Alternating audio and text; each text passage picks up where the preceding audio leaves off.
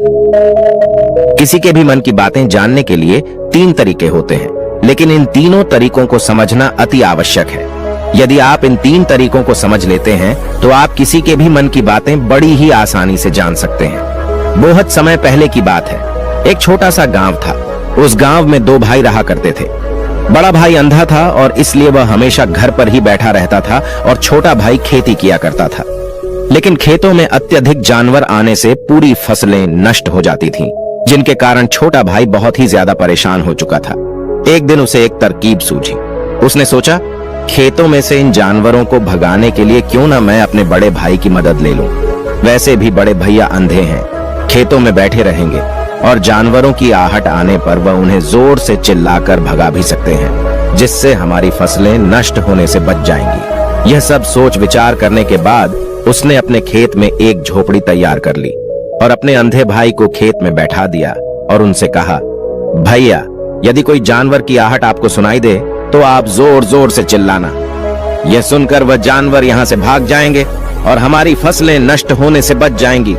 बड़ा भाई खुशी खुशी अपने छोटे भाई की बात मान भी लेता है और वह उस दिन से खेत में ही रहना शुरू कर देता है। जब भी किसी जानवर की आहट उसे सुनाई देती तो वह जोर जोर से चिल्लाने लगता, जिससे वह जानवर वहां से भाग जाता था। ऐसा करते करते कई दिन बीत चुके थे। तभी एक दिन उसके खेत में एक हिरण भागता हुआ आया और वह खेत की बाड़ को तोड़कर वहां से भाग गया। लेकिन उसे हिरण का पीछा करते हुए एक राजा भी उस खेत में आ पहुंचा। तभी राजा की नजर उस अंधे भाई पर पड़ती है। राजा उस व्यक्ति से कहता है, देखो, मैं यहाँ पर एक जानवर का पीछा करते हुए आया हूँ। क्या तुमने उस जानवर को यहाँ पर देखा है? पर वह व्यक्ति कहता है, हे राजन, मैं तो अंधा हूँ, मैं भला किसी जानवर को कैसे देख सकता हूँ? लेकिन मैं आपको इतना जरूर बता सकता हूँ कि जो जानवर मेरे खेतों से भाग कर गया है वह आपके लायक नहीं है। आप उसके पीछे अपना समय बर्बाद न करें। राजा संदेह व्यक्त की बात सुनकर बड़ा ही अचरज में पड़ जाता है। वह सोचने लग जाता है कि यह तो अंधा है, फिर इसे कैसे पता चल गया कि जिस हिरण की तलाश कर रहा हूँ वह मेरे लायक नहीं है। तभी राजा उस अंधे व्यक्ति से कहता है, कहीं तुम मुझसे झूठ तो नहीं बोल रहे हो कि तुम अंधे हो और तुम्हें कैसे पता कि जो जानवर यहाँ से भागा है वह मेरे लायक ही नहीं है? इस पर वह अंधा व्यक्ति कहता है कि यह राजन, जिसे आप एक हिरण समझ रहे हैं, असल में वह एक हिरण नहीं है बल्कि एक मादा हिरण है और वह गर्भवती भी है। और जहां तक मुझे झांत है, मैंने कभी किसी राजा को किसी गर्भवती हिरण का शिकार करते हुए नहीं सुना है और इसी कारण से मैं आपसे यह कह रहा हूं कि यह हिरण आपके लायक नहीं है। आप उसके पीछे अपना समय व्यर्थ न करें। यह सुनकर राजा और भी अचरज में पड़ गया कि अंधा आदमी कैसे जान सकता है कि वह हिरण गर्भवती है। राजा कुछ देर सोच विचार करने के बाद अपने सेनापति से कहता है, सेनापति जी, मुझे वह जानवर जिंदा चाहिए, क्योंकि मुझे यह पता करना है कि क्या वह गर्भवती है या नहीं, क्योंकि यह अंधा आदमी बहुत विश्वास के साथ कह रहा है और मुझे इस बात की पुष्टि है। यदि वह हिरणी हुई और गर्भवती भी हुई तो वह हमारे शिकार के लायक नहीं है, क्योंकि हम तो एक हिरण का पीछा कर रहे थे। इसलिए जाओ और पता करो, क्या वह हिरणी है? सेनापति राजा से आज्ञा लेकर आगे की ओर चला गया और कुछ देर बाद जब वह वापस लौटा तो वह राजा से कहता है, हे राजन, इस अंधे आदमी ने आपसे जो भी बातें कही थी वह बिल्कुल सही थी। वह एक हिरणी ही है और वह गर्भवती भी है। यह सुनकर राजा आश्चर्यचकित हो गया। वह सोचने लगा कि एक अंधा आदमी जो कभी देख नहीं सकता, वह यह कैसे जान सकता है? आखिर इसे कैसे पता चल गया? ऐसे कई सारे प्रश्न राजा के मन में उमड़ने लगे। अब राजा ने ठान लिया था कि मुझे इस बात की तह तक पहुंचना है कि आखिर यह अंदाज में कैसे जानता है कि वह जानवर गर्भवती है।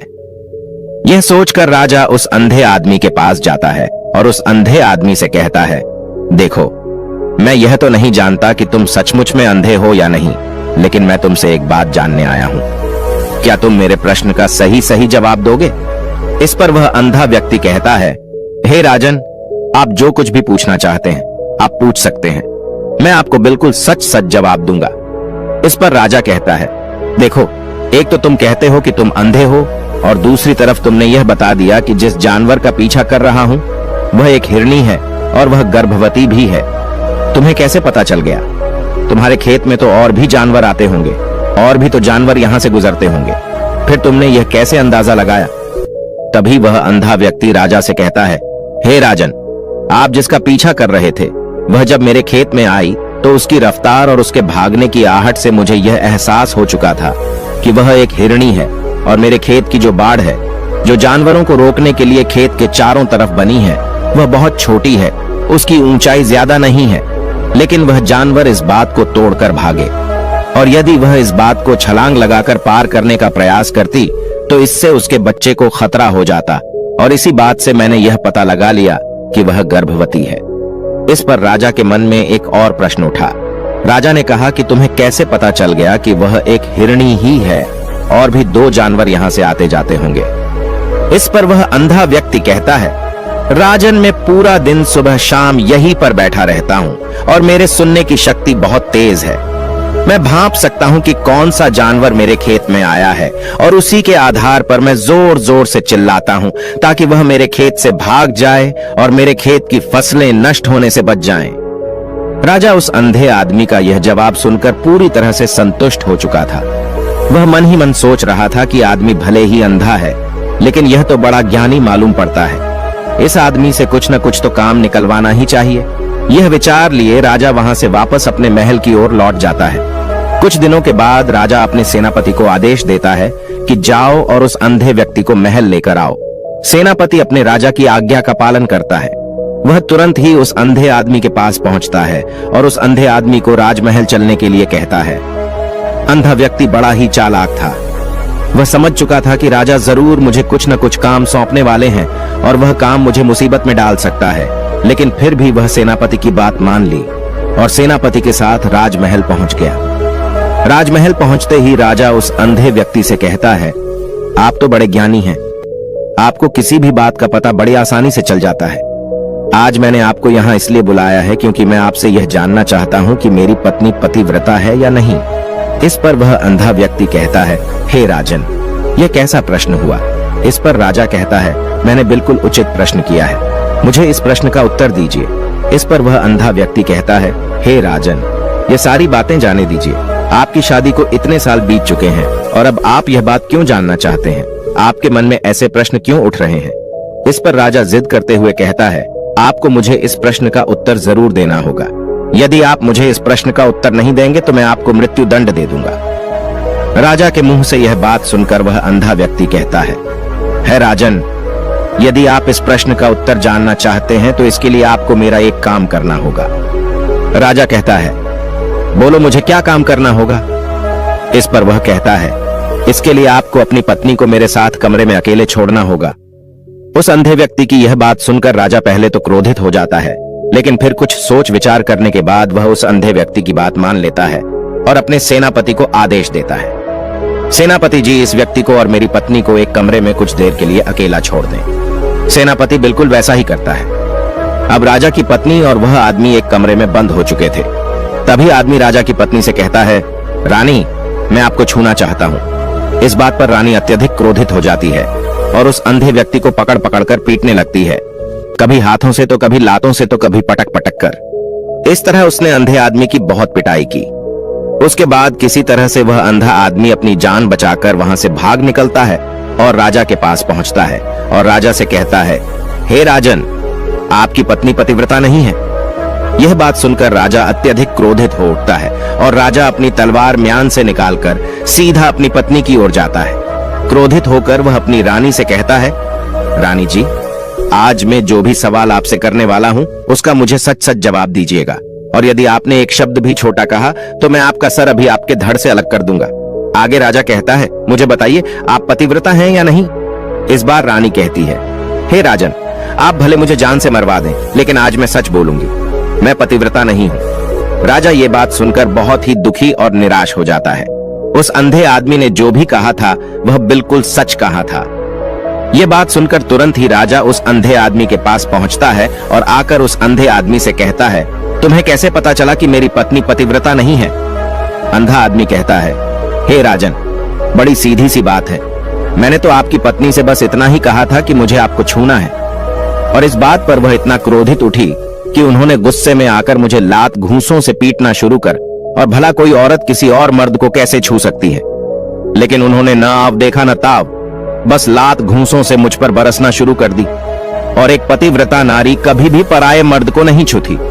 जब मैंने उनसे छूने के लिए कहा था तो वह उस वक्त मुझे मना कर सकती थी, लेकिन उन्होंने तो मुझे पीटना शुरू कर दिया और देखते ही देखते उन्होंने मेरे पूरे शरीर को छू लिया। अब आप ही बताइए, ऐसी स्त्री भला पतिव्रता कैसे हो सकती है? इस बात पर राजा कहता है, तुम तो बड़े ज्ञानी मालूम पड़ते हो, तुम्हारी बात बिल्कुल सही है। चलो तुम मेरे एक और प्रश्न का जवाब दो। तुमने मुझे इस प्रश्न का सही जवाब दे दिया तो मैं तुम्हें यहां से जाने दूंगा। राजा उस अंधे आदमी से कहता है कि तुम मुझे बताओ, क्या मैं सच में अपने पिताजी का ही बेटा हूं या फिर किसी और का? इस पर अंधा आदमी कहता है, हे राजन, इस बात से आपको क्या लेना देना? आप किसी की भी औलाद हो, आखिर आप इस राज्य के राजा ही, इसलिए इस प्रश्न को जाने दीजिए। राजा कहता है, नहीं नहीं, मुझे इस प्रश्न का सही जवाब चाहिए, अन्यथा यह प्रश्न मुझे बहुत परेशान करता रहेगा, इसलिए मैं इसका सही सही जवाब आपसे जानना चाहता हूँ। यदि तुम इसका सही सही जवाब दे देते हो तो तुम यहाँ से जा सकते हो। इस पर वह आदमी कहता है, इसके लिए तो मुझे आपकी माँ के पास भी जाने की आवश्यकता नहीं है। मैं आपको अभी भी यह बता सकता हूँ कि आप किसकी औलाद हैं, लेकिन उससे पहले मैं चाहता हूँ कि आप मुझसे वादा करें कि आप मुझ पर क्रोध नहीं करेंगे।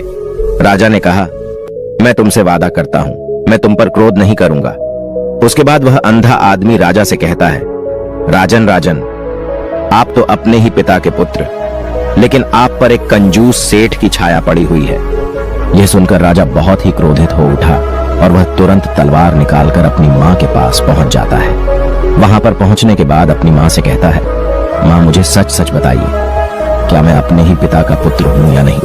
यदि आपने मुझे सही सही नहीं बताया तो मैं यहीं पर प्राण त्याग दूंगा। मुझे बताओ क्या सच है?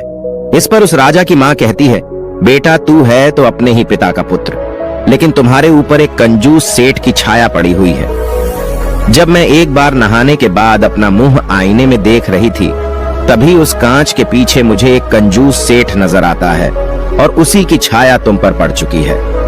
यह सुनते ही राजा और भी ज्यादा अचरज में पड़ जाता है और वह तुरंत दौड़ा दौड़ा वापस उस अंधे आदमी के पास पहुंचता है और उस अंधे आदमी से कहता है, तुम्हें कैसे पता चला कि मुझ पर एक कंजूस सेठ की छाया पड़ी हुई है? इस पर अंधा आदमी कहता है, राजन, आपने मुझसे कई सारे सवाल पूछे जिनका जवाब भी मैंने आपको सही से दिया। यदि कोई और राजा होता तो मुझे उसके बदले ढेर सारे इनाम दिया होता, लेकिन अब तक आपने मुझे एक फूटी कौड़ी भी नहीं दी। इस बात से मैंने अंदाजा लगा लिया था कि आप बहुत कंजूस हैं। यह बात सुनकर राजा जोर जोर से हंसने लगा और कहता है कि आप जो भी मांगे तो मैं आपको अवश्य दूंगा, लेकिन मुझे यह बात बताओ कि तुम्हें कैसे पता चल जाता है कि कौन सी बात सही है और कौन सी बात गलत? तुम किसी की बात का इतना सटीक और सही जवाब कैसे दे पाते हो? इस पर वह अंदाज में कहता है कि हे राजन, मैं तो वैसे ही अंधा हूं। मेरी आंखें होती तो मैं किसी की भी मन की बातें बड़ी सरलता से जान लेता। मन की भी एक भाषा होती है और यह भाषा मनुष्य के शरीर के व्यवहार के रूप में देखी जा सकती है। उसकी आंखों से, उसके होठों से, उसकी दान करने के तरीकों से, उसकी क्रियाओं से यह पता किया जा सकता है कि उसके मन में क्या चल रहा है।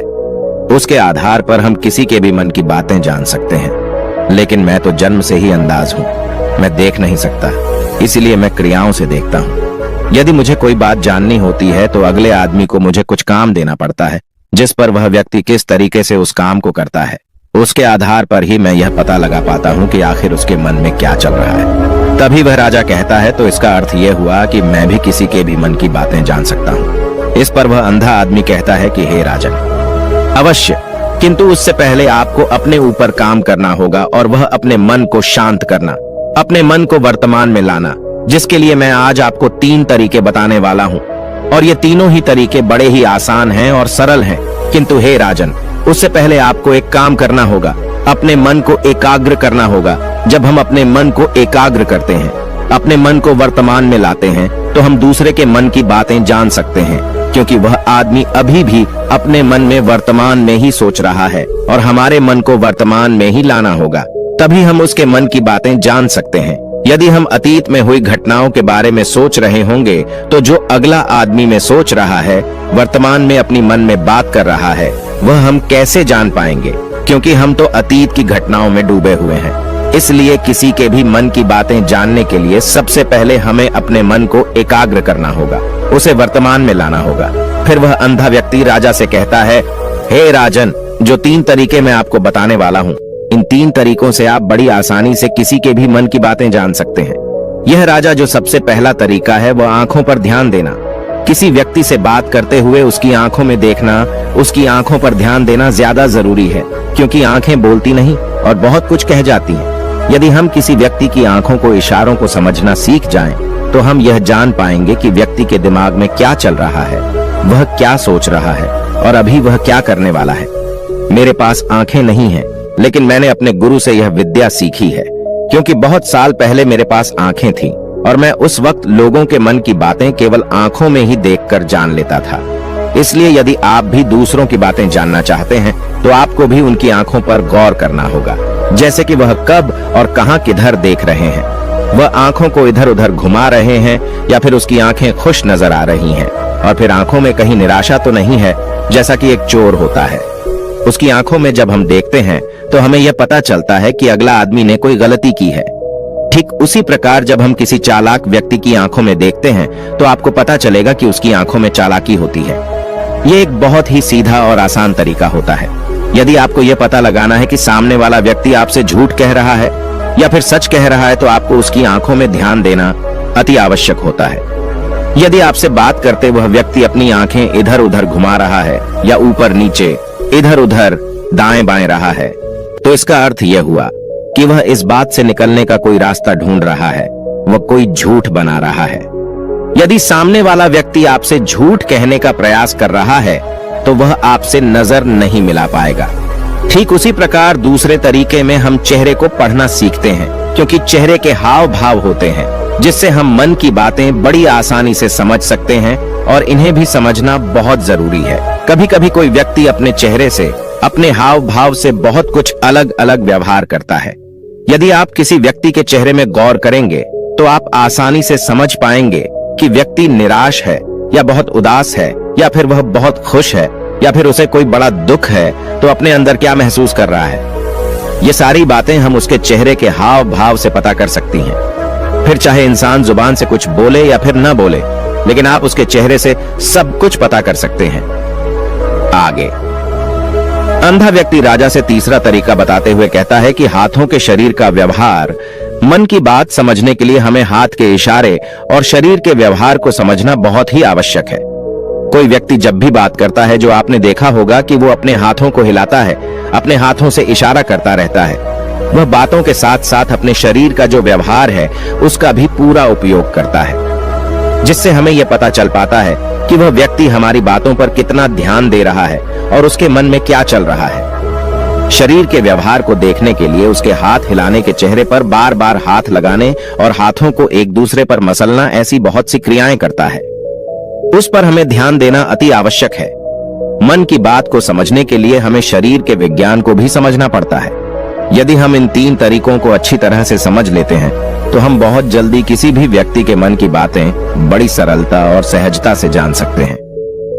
इसलिए यदि आपको किसी के मन की बातें जाननी है, तो आपको उसकी आंखों पर, उसके चेहरे पर, उसके शरीर के हाव भाव को और उसके हाथों को ध्यान पूर्वक देखना होगा और समझना भी होगा, जिससे आप यह समझ पाएंगे कि आखिरकार उसके मन में क्या चल रहा है और वह क्या सोच रहा है। लेकिन उससे पहले आपको अपने मन को एकाग्र करना होगा, शांत करना होगा और अपने मन को वर्तमान में लाना होगा। तभी आप उस व्यक्ति की इन सभी क्रियाओं पर ध्यान दे पाएंगे और उन्हें समझ पाएंगे। आप यदि अतीत की घटनाओं में व्यस्त हैं, भविष्य की योजनाओं में व्यस्त हैं, तो आप उस व्यक्ति के हाव भाव पर कभी ध्यान ही नहीं दे पाएंगे, और न ही आप कभी भी समझ पाएंगे कि आखिरकार उस व्यक्ति के मन में क्या चल रहा है, वह क्या सोच रहा है। यह काम कोई भी कर सकता है। यह एक प्रकार की विद्या है जो मुझे मेरे गुरु ने सिखाई है। राजन, अगर आपको यह जानना है तो मेरे साथ आपको कुछ दिन रहकर इसका अभ्यास करना होगा। राजा तुरंत राजी हो जाता है और वह उस अंधे व्यक्ति को अपने राज्य का राजगुरु नियुक्त कर देता है और खुद अंधे व्यक्ति का शिष्य बन जाता है।